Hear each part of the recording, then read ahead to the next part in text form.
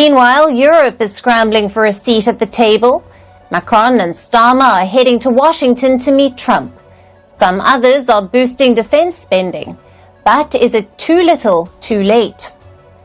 Also, Donald Trump has hinted at foreign meddling in India's elections. What did 1 month of Trump presidency look like? Why is Elon Musk suddenly so interested in Fort Knox? The Indian Army chief says he is concerned by the Pakistan spy team's visit to Bangladesh. Germany is heading to polls. Who will be the next chancellor? Pakistan wants its citizens to name its lunar rover. And archaeologists have unearthed the ancient tomb of a pharaoh in Egypt. All this and more coming up. But first, the headlines. Top diplomats from a group of 20 major economies are meeting in South Africa. Indian, Chinese and Russian foreign ministers are in attendance, but the group's richest member, the US, is skipping the two-day meet. South Africa is the first African country to lead the forum. In India, Rekha Gupta is sworn in as the Chief Minister of Delhi. She is a first-time member of the Legislative Assembly. Prime Minister Narendra Modi, along with top BJP leaders, attended her swearing-in ceremony. Rekha Gupta is the fourth woman Chief Minister of Delhi. Hamas hands over the bodies of 4 Israeli hostages taken into Gaza during the October 2023 attack. This is the first release of dead hostages under a fragile ceasefire. On Saturday, Hamas will release 6 living Israeli captives. The criminal trial of ousted South Korean President Yoon Suk-yeol begins in Seoul. Yoon is the country's first sitting head of state to stand trial in a criminal case. He has been charged with insurrection for imposing martial law last December. If convicted, Yoon could be sentenced to life in prison or even be given the death penalty. And Nigeria bans large fuel trucks from its roads after a series of deadly tanker explosions. These accidents have killed hundreds in recent months. The ban will come into effect from March. Road accidents involving fuel trucks are common in the West African country.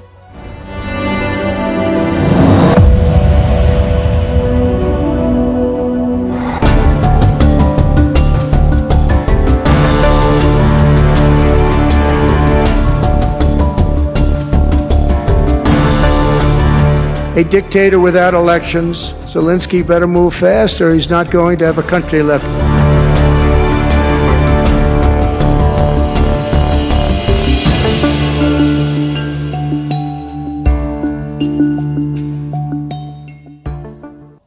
Last month, we were wondering if Donald Trump would support Ukraine against Russia, whether he would keep the weapons flowing.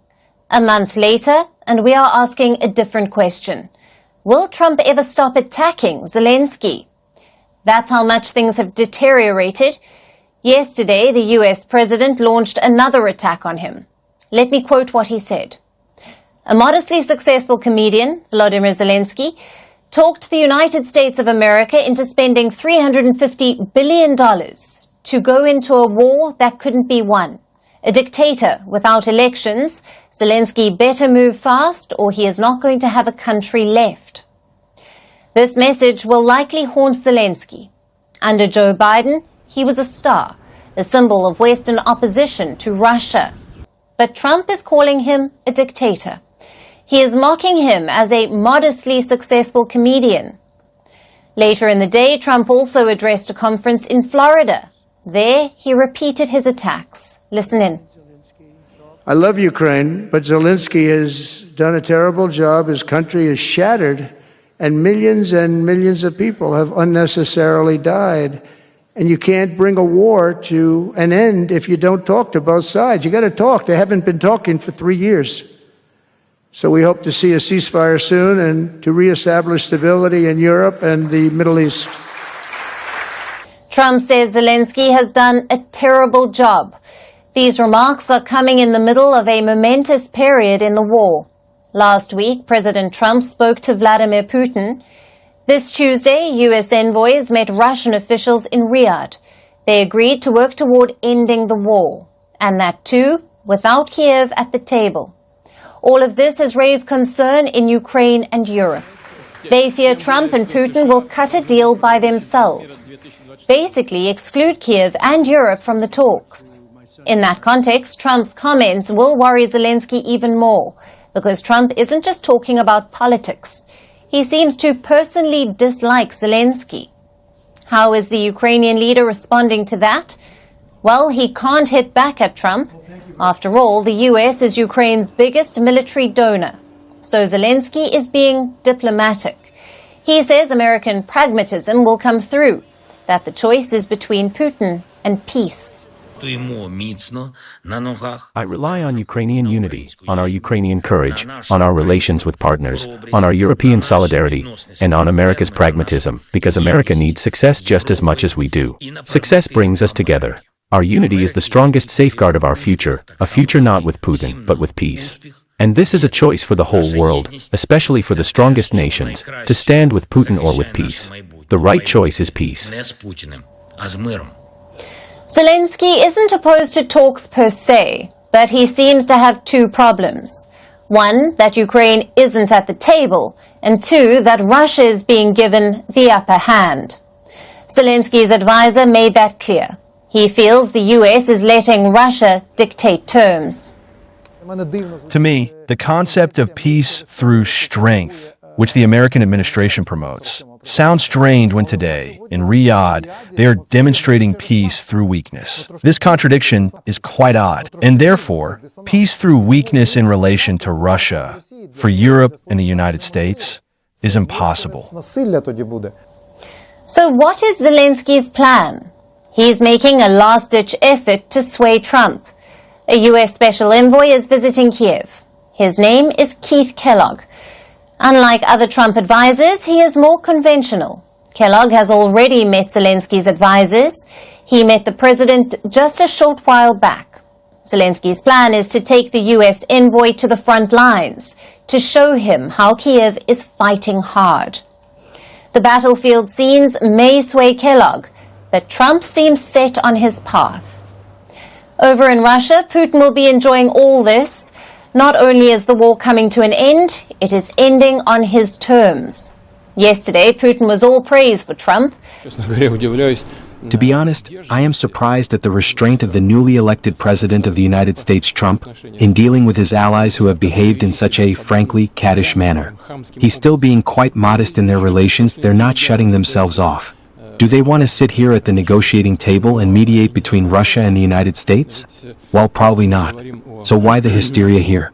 Hysteria is inappropriate. On the battlefield, Putin is making gains. Yesterday, Russian drones attacked the city of Odessa. They targeted the region's power grid. Almost 90,000 people were left without electricity. The city of Kherson was also bombed yesterday, and today air raid sirens were heard in Kyiv. The capital skies lit up with explosions. Take a look.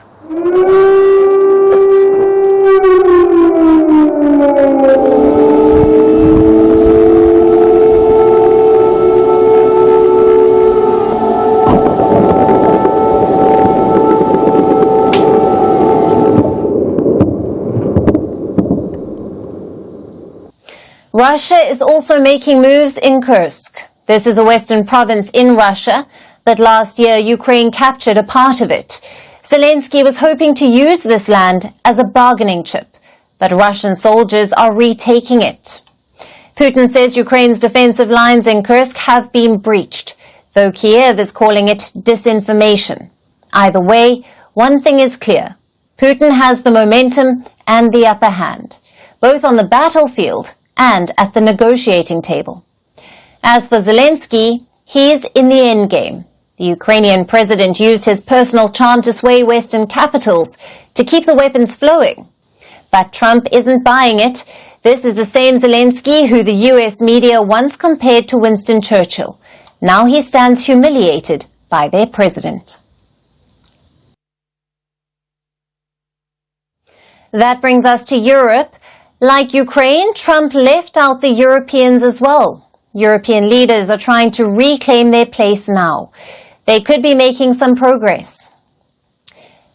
Next week, Emmanuel Macron and Keir Starmer will travel to Washington, D.C. They are the leaders of France and the UK. So Europe finally has an opening with the US. It has been a difficult week for the bloc. President Macron has hosted 2 emergency meetings in 3 days. The first one happened on Monday. A dozen European leaders participated in the talks, along with the chiefs of NATO and the European Union. Yesterday, Macron gathered a wider group of European nations. Leaders from 18 countries attended. Macron issued a statement afterwards. He said France and its allies are on the same page. They want Ukraine and Europe to be included in any peace talks. Europe has a chance to make its voice heard. The U.S. National Security Advisor has spoken. His name is Mike Waltz.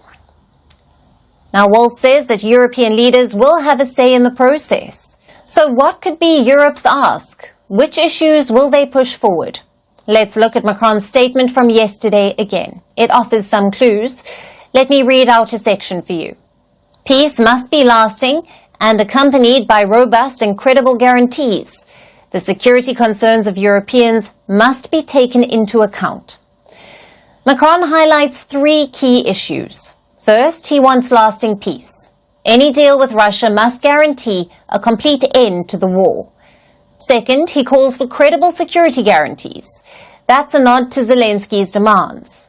The Ukrainian president wants security guarantees from the West. This is to deter Russia from striking again. Macron appears to support that.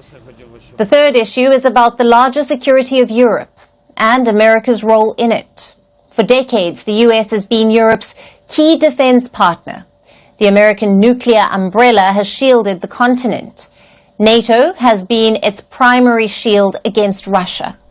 Now Trump's Russia outreach threatens to upend this alliance. Macron has been pushing Europe to take its own path and strengthen its defenses. More European leaders are beginning to support the idea. Unfortunately, recent developments and this different view of things from the United States now oblige us not only to face the truth, but to move at a very high speed and implement decisions that we have been discussing for a long time, whether we are talking about the establishment of a defense policy that will allow Europe to project deterrent power itself, without being permanently completely dependent on the United States, a crucial issue for our country. The Greek Prime Minister was referring to Europe's defense spending. He wants the bloc to raise its investment in defense dramatically. That idea is gaining traction. But Macron wants to go a step further. He wants Europe to step up and provide security guarantees to Ukraine. This could even mean sending European troops to Ukraine. On this front, Europe is sharply divided. France, the UK, support the idea of troop deployments, but many European nations oppose it. This includes Spain, Germany, even Denmark. Their leaders say it is premature to discuss troop deployments. Italy's Giorgia Meloni seems to have dismissed the idea entirely. She called it the most complex and least effective option. Donald Trump, on the other hand, has no objections. He says if Europe decides to send troops to Ukraine, he wouldn't stand in the way. Well, if we have a peace deal, I think having troops over there from the standpoint of Europe, we won't have to put any over there because, we're very far away. But having troops over there would be fine. I would not object to it at all. Trump may raise this again when he meets Macron and Starmer next week. How will they respond? Can they show a united front? Or will Europe's internal divisions be exposed once again? The clock is ticking for Europe to find common ground. So Europe has a lot on its plate. Its leaders are in a huddle. Some are heading to Washington, but some have adopted a different strategy. You see, for years, Europe depended on the US as its security guarantor. Those guarantees seem to be gone. So European nations are boosting their defense spending. Like Denmark, it has allocated $7 billion to buy more weapons in the next 2 years. The Danish Prime Minister also has a slogan for it: She wants her military to buy. So Europe wants to be self-sufficient. But is it too little too late? Buy. That's Denmark's new mantra. And what's on the shopping list? It's military weapons. Denmark is ramping up its defense budget, allocating an extra 50 billion kroner for the next 2 years. That's around $7 billion. Last year, defense spending made up 2.4% of Denmark's GDP. Now, the Danish PM wants to push it to 3%. We are allocating 50 billion kroner over the next 2 years with a message for the Chief of Defense. Buy what can contribute here and now to a stronger defense and thus to stronger deterrence. Denmark has spent decades cutting its defense spending. But last year that changed. It allocated over $26 billion for defense spending over a 10-year span. But now, Denmark has decided that isn't enough, it needs more and it needs it quickly. This is a bold move, but why the need now? Denmark has been under a lot of pressure. First, there was the Russian invasion of Ukraine. The war is at Europe's doorsteps.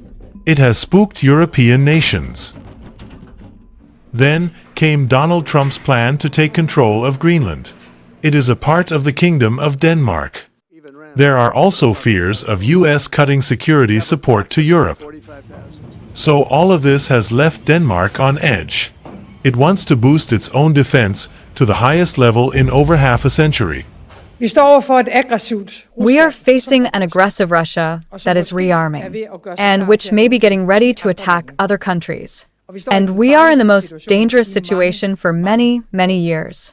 Therefore, because of the threat from Russia, in order to defend Denmark and avoid war, we are now embarking on further rearmament.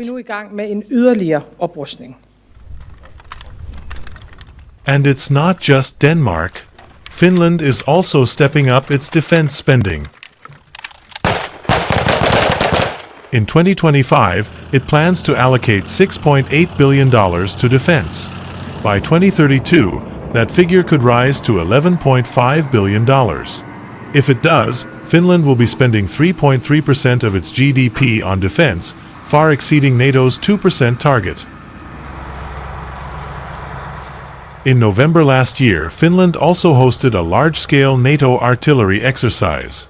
This was its first time doing so since joining the military alliance in 2023.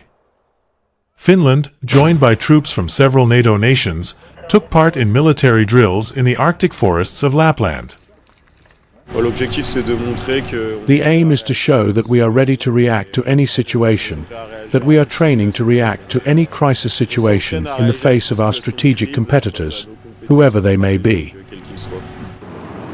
And this is just the beginning. With Russia's aggression looming and uncertainty in transatlantic ties, Europe is rethinking its defense strategy.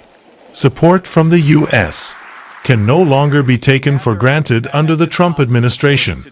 As President Trump has made abundantly clear, he believes that our European friends must play a bigger role in the future of this continent. We don't think, you hear this term, burden sharing, but we think it's an important part of being in a shared alliance together that the Europeans step up while America focuses on areas of the world that are in great danger. So, the idea is to become less dependent for security on the United States and prop up its own defense forces. Denmark and Finland are just two examples, but across the continent military budgets are rising and alliances are being reinforced. The message is clear: Europe is arming itself for a new era of uncertainty. The question is, will it be enough?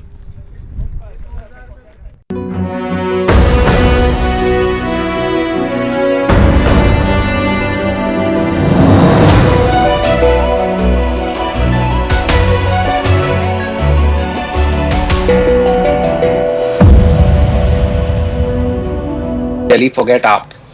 I mean, I'm not saying whether it's good or bad, I'm not like taking any sides, but I'm saying if their app has been a very unique kind of experiment in Delhi. It won. ईश्वर की शपथ लेती हूं कि मैं विधि द्वारा स्थापित भारत के संविधान के प्रति सच्ची श्रद्धा और निष्ठा रखूंगी। मैं भारत की प्रभुता और अखंडता अक्षुण्ण रखूंगी। मैं मुख्यमंत्री के रूप में अपने कर्तव्यों का श्रद्धापूर्वक और शुद्ध अंतःकरण से निर्वहन करूंगी तथा मैं भय या पक्षपात, अनुराग या द्वेष के बिना सभी प्रकार के लोगों के प्रति संविधान और विधि के अनुसार न्याय करूंगी।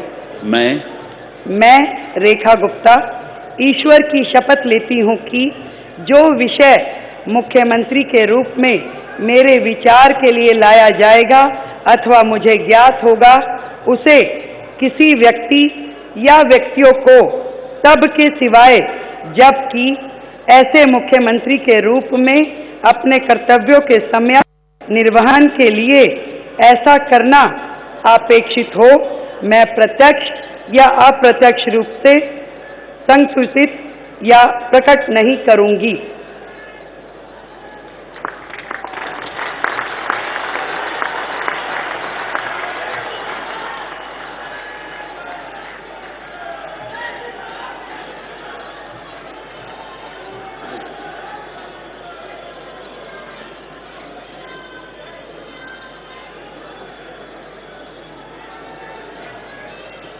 Lieutenant Governor Vinay Saxena, in fact, over there, administering the oath to Rekha Gupta, the new Chief Minister of Delhi.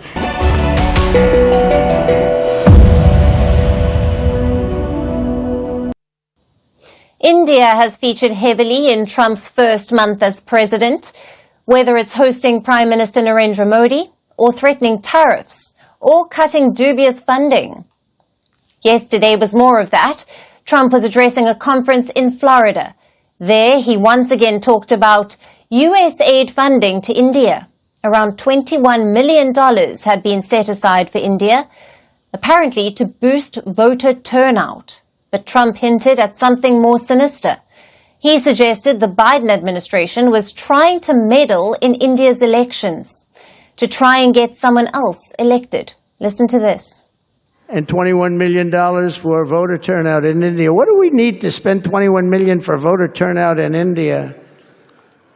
Wow, $21 million. I guess they were trying to get somebody else elected. Well, we ought to tell the Indian government, because when we hear that Russia spent about $2 in our country, it was a big deal, right? They took some internet ads for $2,000. This is a total breakthrough. $21 million for India elections. Trump is calling it a breakthrough. He says he may tell the Indian government about it. But what exactly is the funding row? It began with a post by Elon Musk's Doge agency. Doge stands for the Department of Government Efficiency. Trump has asked it to cut wasteful public spending. As a part of that, Doge is targeting U.S. aid. It has cut funding programs to several nations. Last week, it cut $21 million to India, money that was allegedly meant for increasing voter turnout. Now, Trump has given it a different twist. He is suggesting election interference. He hasn't given any proof to back this claim, nor is it clear who got this $21 million in India. But it does track with what Prime Minister Modi said last year. In a campaign interview, Modi accused powerful outsiders of meddling in India. Let me quote what he said. "I can see there is an attempt by some in the world to influence our elections. They are not just giving their opinions, but are trying to influence our polls. But they will not be successful." Now, Trump is hinting at the same. In India, this has triggered a political storm. Parties are accusing each other of enabling foreign interference. So what's needed is a probe, an investigation to find out who got the U.S. funds, how it was spent, and what impact it had, because foreign meddling in elections is a serious issue.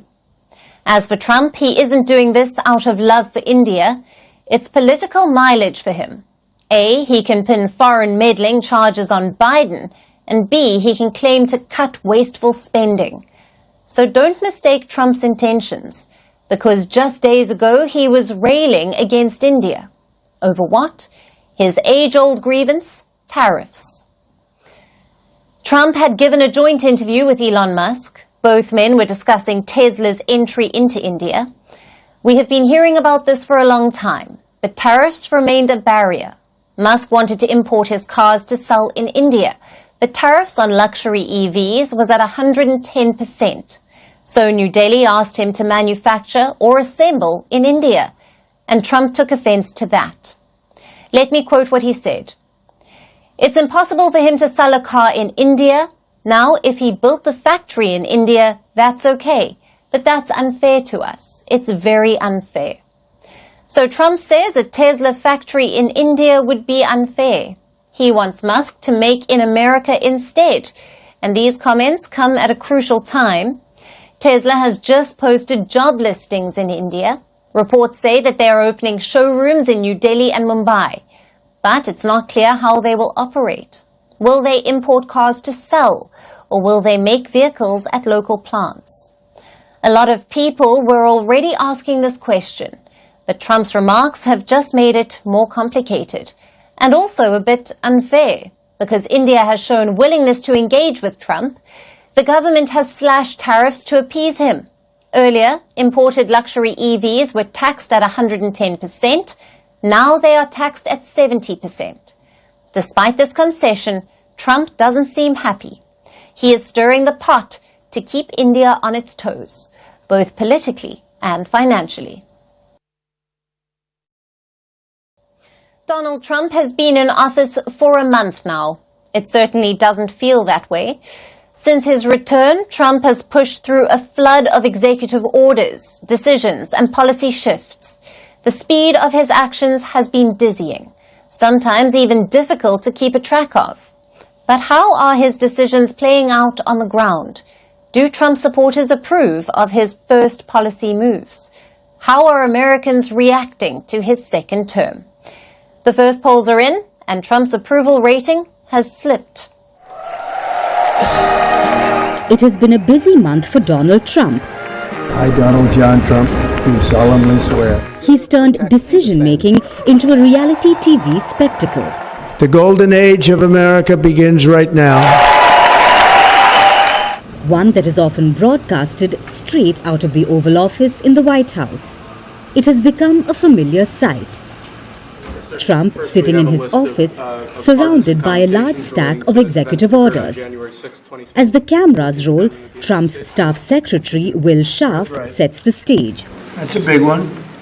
He places one folder after another before the president while narrating what's about to unfold.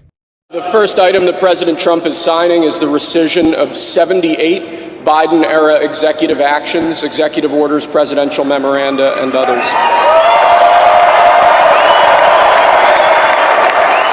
The next item here is the withdrawal from the Paris Climate Treaty. This next item is a directive to the federal government ordering the restoration of freedom of speech. We have a list of pardons and commutations relating to events that occurred on January 6, 2021. And then, with the dramatic stroke of his Sharpie, Trump signs the order into law. Could you imagine Biden doing this? I don't think so.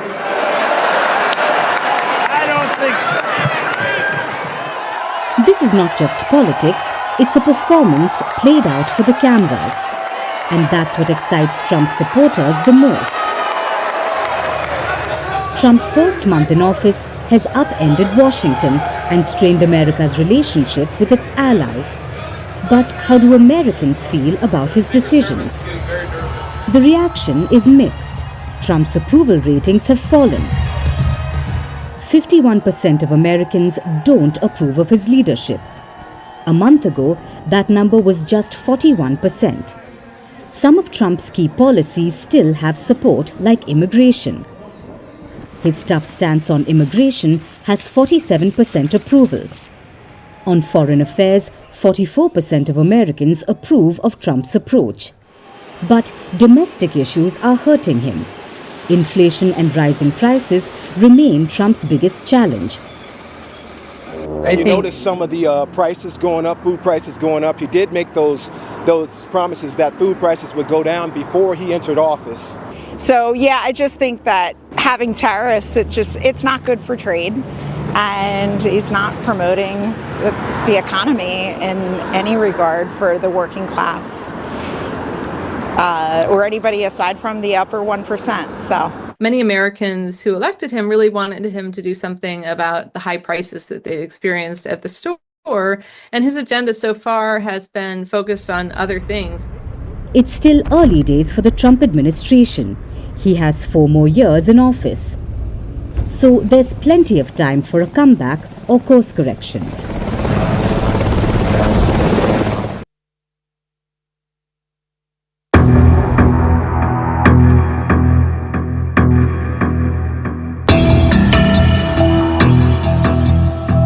If the gold isn't there, we're going to be very upset.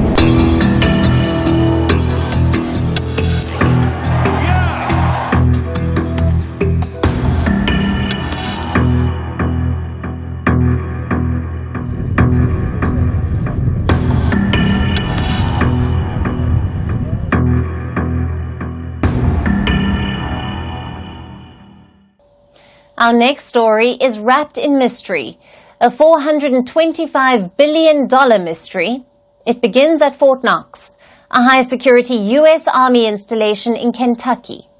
But the real intrigue lies next door, the United States Bullion Depository.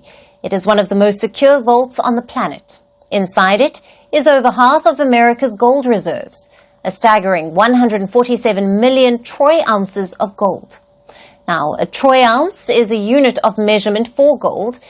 It is a little heavier than a standard ounce. So Fort Knox holds around 147 million troy ounces. That's 59% of the U.S. Treasury's total reserves, all locked away, unseen for decades. But the new Trump administration has a question. Is all that gold still there? Going to Fort Knox to make sure the gold is there. Are they going to? You know that we're going to go into Fort Knox. Do you know about that? Sir, That was that bad bump. are they going to eliminate more national security positions, civilians there? We'll see what happens. But one of the things we do want to look, I mean, we hope everything's fine with Fort Knox, but we're going to go to Fort Knox, the fabled Fort Knox, to make sure the gold is there. Where would the President brought up? If the gold isn't there, we're going to be very upset. Fort Knox holds over half of America's gold. Trump isn't sure it's still there. So he is sending his best buddy, Elon Musk. He wants Musk to investigate if the gold is still at Fort Knox. And what does Musk say? Well, this is an issue close to his heart. He's posted multiple times on X about Fort Knox. He's even asked for an audit, asking U.S. officials to check how much gold is there. But the question is, where would it go? Why does the U.S. keep its gold at Fort Knox? What are the conspiracy theories surrounding it? And why is Trump suddenly interested? Let's look at it one by one. For nearly a century, Fort Knox has been synonymous with impenetrability. It was constructed in 1936 by the U.S. Treasury. America needed a secure location for its gold reserves, and this was the perfect location. The facility sits on the rolling hills of Kentucky. It is surrounded by barbed wire, armed guards, and is protected by the U.S. Mint Police. The idea of hoarding gold wasn't just about security. It was about faith. In the early 20th century, gold was the bedrock of American financial credibility. During the Great Depression, Franklin D. Roosevelt outlawed private ownership of gold. He put all gold reserves in federal hands. Fort Knox became the heart of this operation, a gleaming repository of national wealth. Over the years, Fort Knox's secrecy has given rise to many conspiracy theories. Some say the vaults are empty. Some say the gold was siphoned away, that it was used to prop a failing economy or to fund shadowy government projects. Some even suggest the gold bars were removed and replaced with gold-painted tungsten bars. So there have been all sorts of theories, which brings us to inspections. In reality, Fort Knox is rarely audited. The last major comprehensive audit was in 1953. That is over 70 years ago. In 1974, a group of congressmen and journalists were invited to Fort Knox. It was to witness the gleaming stacks of gold bars.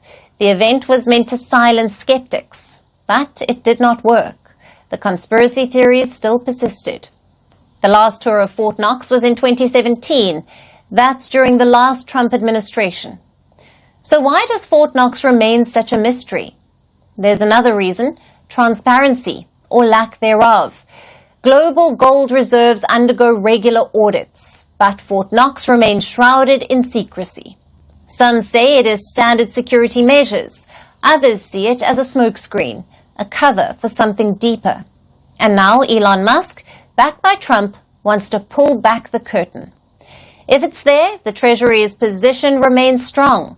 If it's not, well, it opens up an entirely different conversation.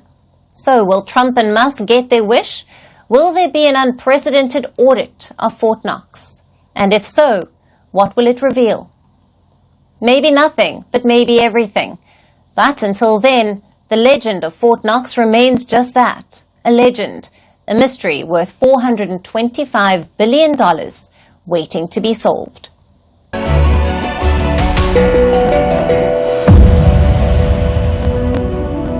Really forget AAP.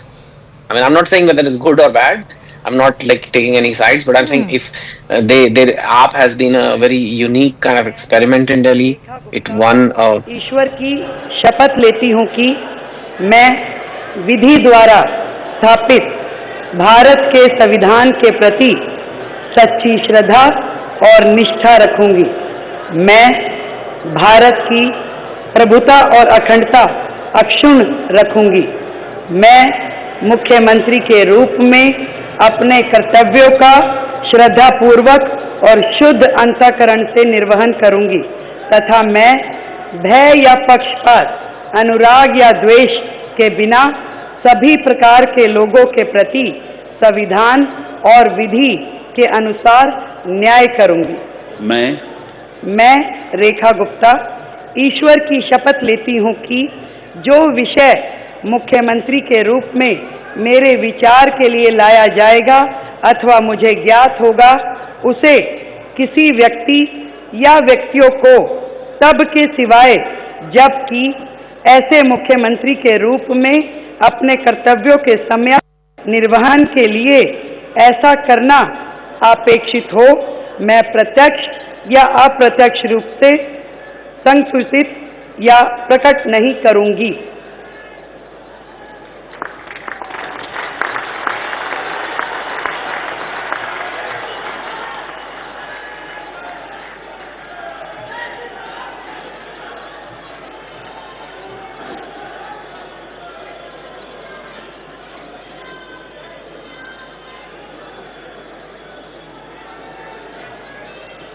Lieutenant Governor Vinay Saxena, in fact, over there, administering the oath to Rekha Gupta, the new Chief Minister of Delhi. As Rekha Gupta now, in fact, greets the Prime Minister, who's very much present on the dais, and, in fact, extremely honored as she's just been sworn in as the new Chief Minister of Delhi. We all know that this is the second time you have a woman Chief Minister from the BJP for the national capital, and the first, of course, going under the current scheme of things as far as the BJP government is concerned. Let's listen in.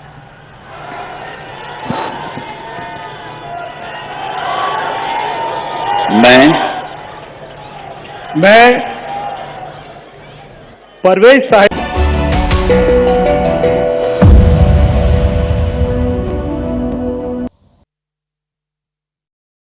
Let's turn to Bangladesh now, which is facing a major debt crisis. A new report has shed light on the country's loans and interest payments. And the big takeaway, it's way too high. Bangladesh's foreign debt stands at $78 billion. Now this figure often varies. Another report in September claimed $100 billion. But either way, it's pretty high. $78 billion is around 17% of their GDP. This rising debt also means bigger interest payments. You must put aside more money to service your debt. In 2023, Dhaka paid $4.7 billion to lenders, and this is taking money away from other sectors. Just look at the spending last year. Almost 17% of national revenue was set aside for debt repayment. Only 3% was allocated to health, and only 11% to education. This is not ideal for any country. It shows debt is taking up a huge chunk of Bangladesh's budget. So what's the solution? Ideally, you need to kickstart your economy. You need to expand economic activity. But Bangladesh faces several hurdles. In November last year, the World Bank cut its forecast for Dhaka, that too by almost 1.7%. Ratings agency Moody's also downgraded the country from stable to negative. Even government officials are worried. In December, the planning advisor said a recession was likely. He blamed it on low private spending. To make things worse, the political situation has not stabilized. Street violence is still being reported. On Tuesday, students clashed at a university in Khulna. Around 150 of them were injured. Such chaos is bad for the economy. It keeps foreign investors away. Plus, Dhaka is in the middle of a painful pivot. It is moving away from India to other partners like China and Pakistan. Take the example of medical tourism. Historically, patients from Bangladesh have visited Kolkata for treatment. The city used to receive 10,000 patients per month. But now Dhaka is looking at China. Talks are underway with the government in Beijing, and reports say the first batch of patients could travel by March. And this is clearly a political decision, because India is a lot closer than China. Even culturally, it's a more suitable destination. Yet Dhaka is asking China for help. And for defense, they are reaching out to Pakistan. Last month, Pakistani spies visited Bangladesh.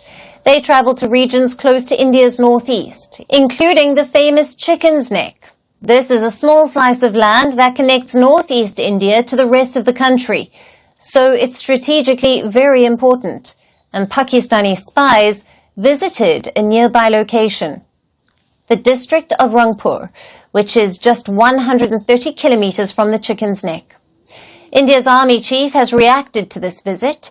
He called the trip concerning. I had used the word epicenter of terrorism for a particular country. Now that countrymen, if they go to any other place and they happen to be our neighbor, as far as I am concerned, I should be concerned about it. That they should not be able to use that soil to kind of send terrorists to India. Dhaka must get its priorities in order. The first priority is to bring peace to the streets, to restore law and order. Only then will investors take Bangladesh seriously. Second, it needs to work with its neighbors, not against them. India and Bangladesh share a 4,000-kilometer border. They are also major trading partners, so it benefits Dhaka to cooperate with New Delhi. Instead, they're doing the opposite, hosting Pakistani spies, striking deals with China, and obsessing over Sheikh Hasina. Such misplaced priorities will hurt Bangladesh in the long run. Now let's turn our attention to Germany. This is Europe's biggest economy, and it's going to the polls on Sunday, the 23rd of February. This election is taking place against a backdrop of economic decline and a series of deadly attacks which have increased pressure to reform immigration in the country. Now, 4 candidates are bidding to be Germany's next chancellor. Who are they? What do they stand for? And who is in the lead? Our next report tells you. Germany is Europe's biggest economy, the most populous nation in the European Union, and a leading member of the North Atlantic Treaty Organization, or NATO. And now, its citizens are going to polls on February 23rd to elect a new parliament. Elections usually take place every 4 years, and this one was due on September 28th this year. But it has been brought forward thanks to the collapse of the Olaf Scholz government.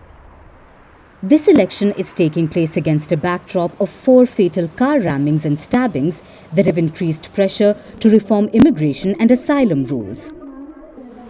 Berlin is also battling 2 years of economic decline, high energy prices, and stiff Chinese competition. So the onus is on the next government to turn things around.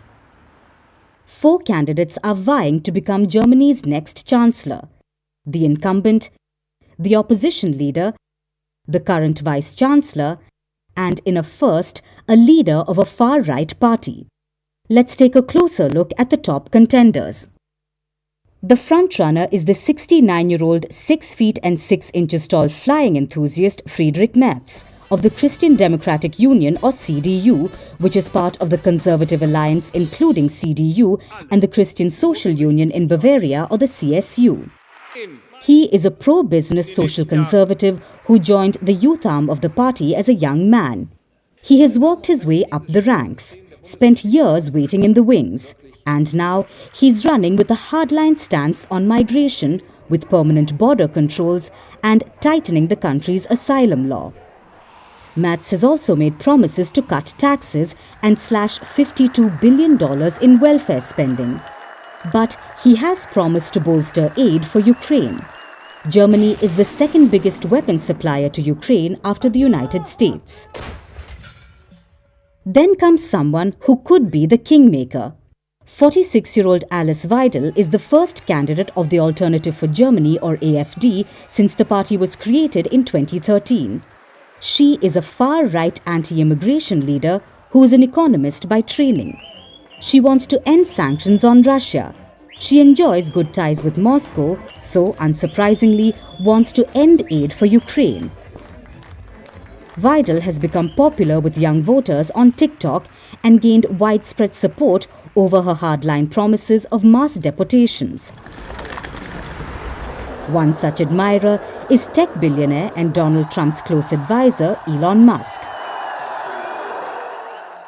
The next contender is the incumbent. 66-year-old Olaf Scholz from the Social Democratic Party of Germany, or the SPD, has been the chancellor since September 2021, leading an unpopular coalition which collapsed in November. Now, Scholz wants a second chance to boost the economy by bolstering investment and raising the minimum wage.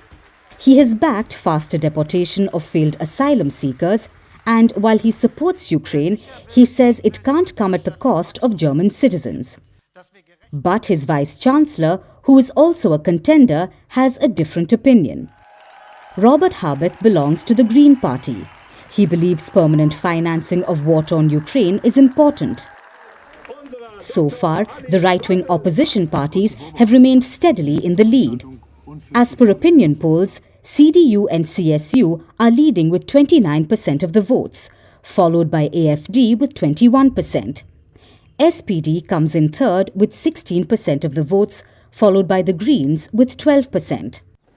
In a few days, we will know which way Germany will swing: left, right, or remain centered.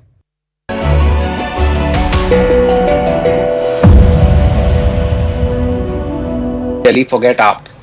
I mean, I'm not saying whether it's good or bad. I'm not taking any sides, but I'm saying if AAP has been a very unique kind of experiment in Delhi. It won. ईश्वर की शपथ लेती हूँ कि मैं विधि द्वारा स्थापित भारत के संविधान के प्रति सच्ची श्रद्धा और निष्ठा रखूंगी। मैं भारत की प्रभुता और अखंडता अक्षुण्ण रखूंगी। मैं मुख्यमंत्री के रूप में अपने कर्तव्यों का श्रद्धापूर्वक और शुद्ध अंतःकरण से निर्वहन करूंगी तथा मैं भय या पक्षपात, अनुराग या द्वेष के बिना सभी प्रकार के लोगों के प्रति संविधान और विधि के अनुसार न्याय करूंगी।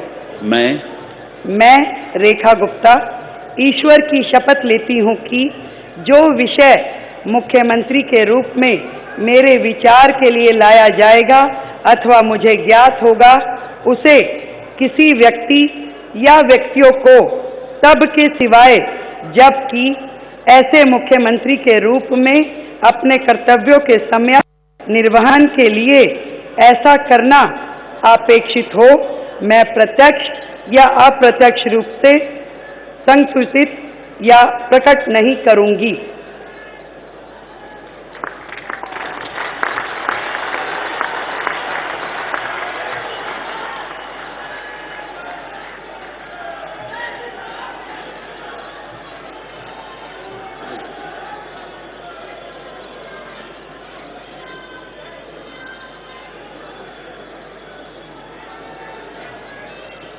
Lieutenant Governor Vinay Saxena, in fact, over there, administering the oath to Rekha Gupta, the new Chief Minister of Delhi, as Rekha Gupta now, in fact, greets the Prime Minister, who's very much present on the dais, and, in fact, extremely honoured as she's just been sworn in as the new Chief Minister of Delhi. We all know that this is the second time you have a woman Chief Minister from the BJP for the national capital, and the first, of course, going under the current scheme of things as far as the BJP government is concerned. Let's listen in.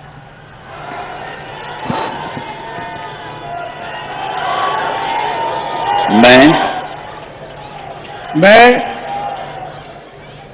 Parvez Sahib Singh ईश्वर की शपथ लेता हूं कि मैं विधि द्वारा स्थापित भारत के संविधान के प्रति सच्ची श्रद्धा और निष्ठा रखूंगा। मैं भारत की प्रभुता और अखंडता को अक्षुण्ण रखूंगा। मैं मंत्री के रूप में अपने कर्तव्यों का श्रद्धापूर्वक और शुद्ध अंतःकरण से निर्वहन करूंगा। मैं भय या पक्षपात, अनुराग या द्वेष के बिना सभी प्रकार के लोगों के प्रति संविधान और विधि के अनुसार न्याय करूंगा। मैं परवेज साहिब सिंह ईश्वर की शपथ लेता हूं कि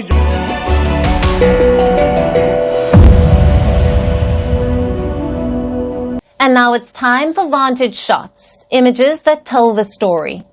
South Korea and the United States conduct a joint aerial exercise in the Korean peninsula.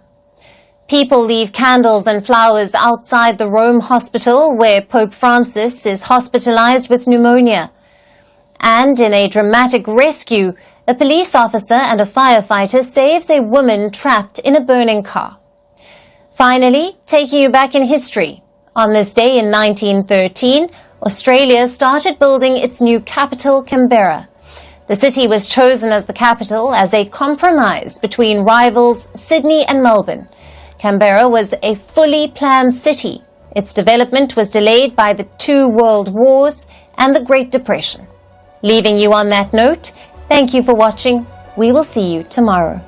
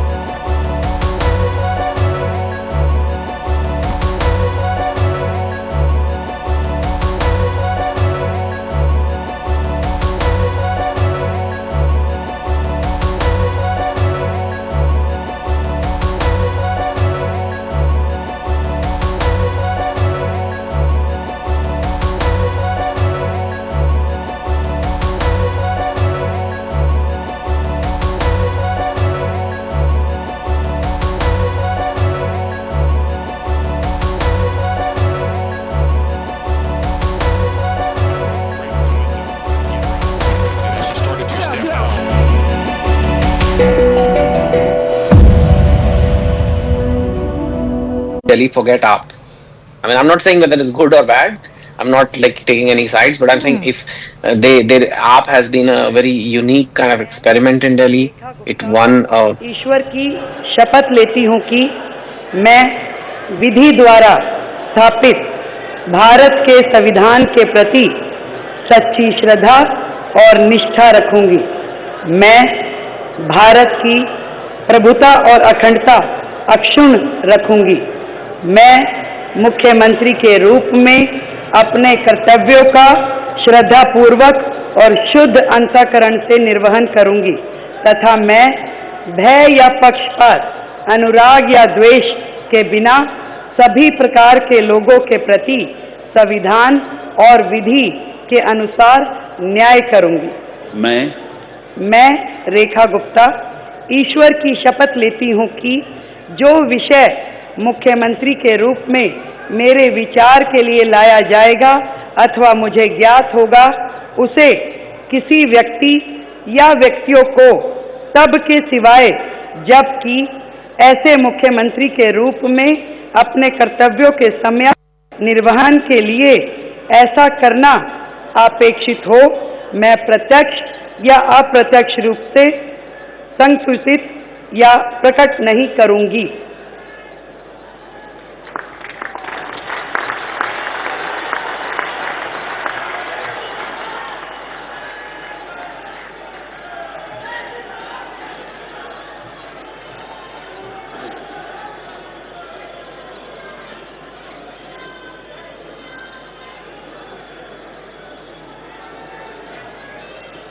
Lieutenant Governor Vinay Saxena, in fact, over there, administering the oath to Rekha Gupta, the new Chief Minister of Delhi, as Rekha Gupta now, in fact, greets the Prime Minister, who's very much present on the dais, and, in fact, extremely honoured as she's just been sworn in as the new Chief Minister of Delhi. We all know that this is the second time you have a woman Chief Minister from the BJP for the national capital, and the first, of course, going under the current scheme of things as far as the BJP government is concerned. Let's listen in.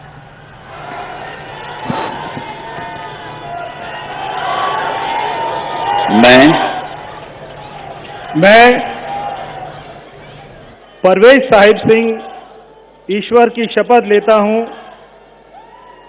कि मैं विधि द्वारा स्थापित भारत के संविधान के प्रति सच्ची श्रद्धा और निष्ठा रखूंगा। मैं भारत की प्रभुता और अखंडता को अक्षुण्ण रखूंगा। मैं मंत्री के रूप में अपने कर्तव्यों का श्रद्धापूर्वक और शुद्ध अंतःकरण से निर्वहन करूंगा। मैं भय या पक्षपात, अनुराग या द्वेष के बिना सभी प्रकार के लोगों के प्रति संविधान और विधि के अनुसार न्याय करूंगा। मैं परवेज साहिब सिंह ईश्वर की शपथ लेता हूं कि जो विषय मंत्री के रूप में मेरे विचार के लिए लाया जाएगा अथवा मुझे ज्ञात होगा उसे किसी व्यक्ति या व्यक्तियों को तब के सिवाय जबकि ऐसे मंत्री के रूप में अपने कर्तव्यों के सम्यक निर्वहन के लिए ऐसा करना अपेक्षित हो मैं प्रत्यक्ष अथवा अप्रत्यक्ष रूप से संसूचित या प्रकट नहीं करूंगा। जय हिंद।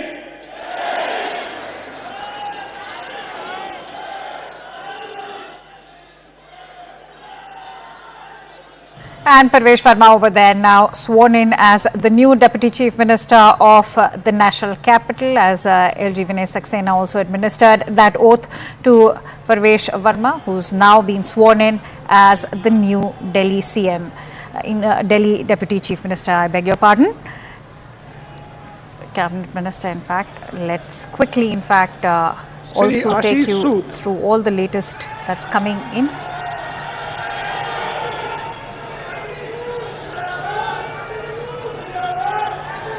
मैं आशीष सुशीला मदन गोपाल सूद ईश्वर की शपथ लेता हूं कि मैं विधि द्वारा स्थापित भारत के संविधान के प्रति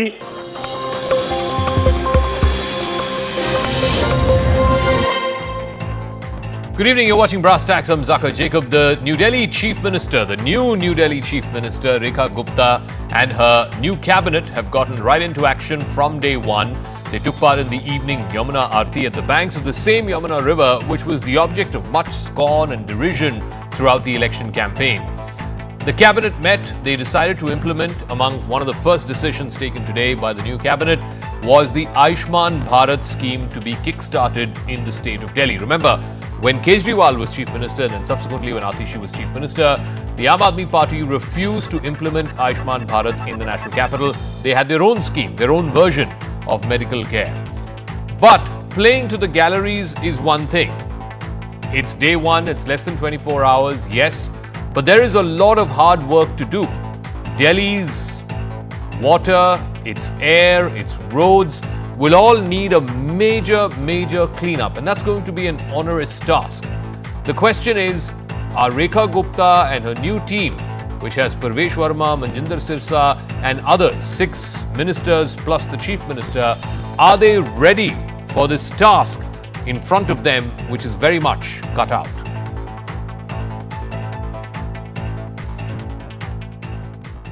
मिशन विकसित दिल्ली का है, उसको पूरा करने के लिए लगातार काम किया जाएगा, एक भी दिन उसमें से व्यर्थ नहीं होगा और एक एक कमिटमेंट जो हमारी दिल्ली से है उसे पूरा करेंगे।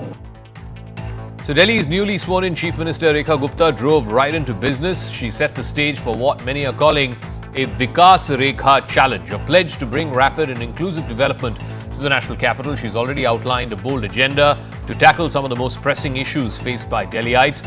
Here are the top 5 priorities for the new government here in Delhi. Number 1, like I said, is to roll out the Ayushman Bharat scheme in Delhi, ensuring that more and more citizens of the national capital benefit from affordable healthcare.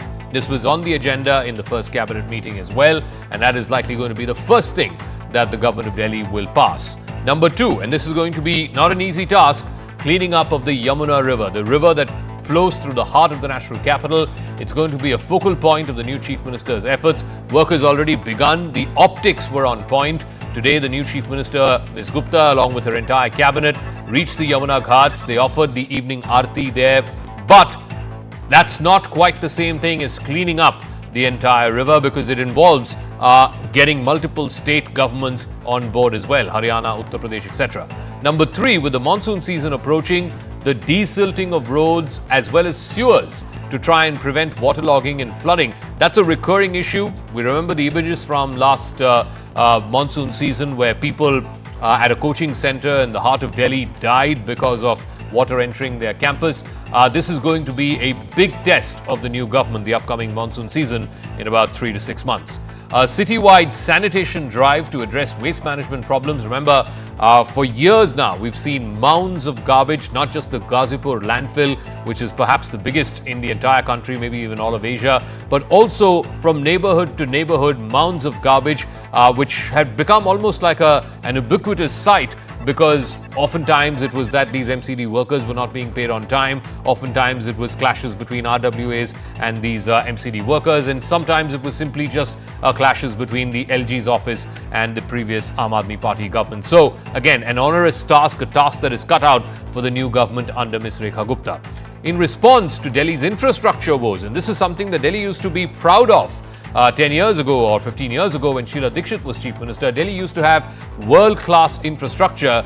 The chief minister, the new chief minister, will now have to start focusing almost immediately, right from day one, on repairing and maintaining Delhi's roads, which have long been a concern for commuters. We have a very declared priorities. हमारी priorities declared है, हमारी गारंटियों के रूप में हम उसको पूरा करके दिखाएंगे. Yamuna is a priority. Yamuna should have been cleared. Ma Yamuna should have been